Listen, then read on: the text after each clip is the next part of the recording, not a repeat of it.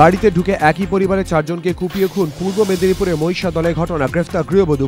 Police ও পারিবারিক সূত্রে জানা গিয়েছে, মহিষাদলে কালিকাকুণ্ডু গ্রামের গৃহবধূ ঝর্ণা কুইল্লার সঙ্গে জগন্নাথ কুইল্লা নামে স্থানীয় এক যুবকের বিবাহ বহির্ভূত সম্পর্ক তৈরি হয়।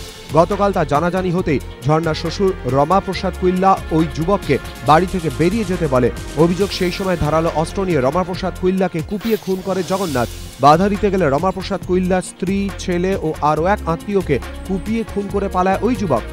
ঘটনায় ঝর্ণা কুইল্লাকে গ্রেফতার করেছে পুলিশ। অভিযুক্ত যুবক জগন্নাথ কুইল্লার খোঁজে তল্লাশি চলছে।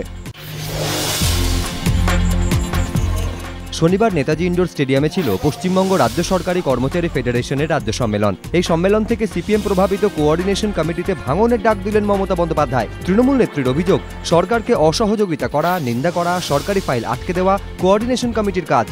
সরকারি কর্মীদের কাছে সহযোগিতার আবেদন করে মমতা বন্দ্যোপাধ্যায় বলেন, সরকারি কর্মীরা এগিয়ে না এলে সরকার এগোবে না। বিনিময়ে সরকারও কর্মীদের সব রকম সহযোগিতা করবে। লোকসভা ভোটের মুখে সরকারি কর্মীদের মন জয়ে জোড়া উপহারও ঘোষণা করেন মুখ্যমন্ত্রী।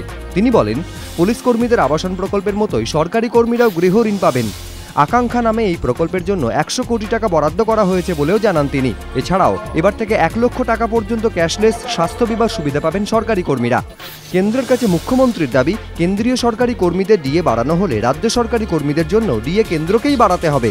অস্থায়ী কর্মীদের প্রতি মুখ্যমন্ত্রীর বার্তা, তিনি তাদের স্থায়ী করতে চাইলেও আর্থিক সংকট থাকায় তার হাত পা বাঁধা, তবে কারো চাকরি যাবে না বলে আশ্বাস দেন তিনি।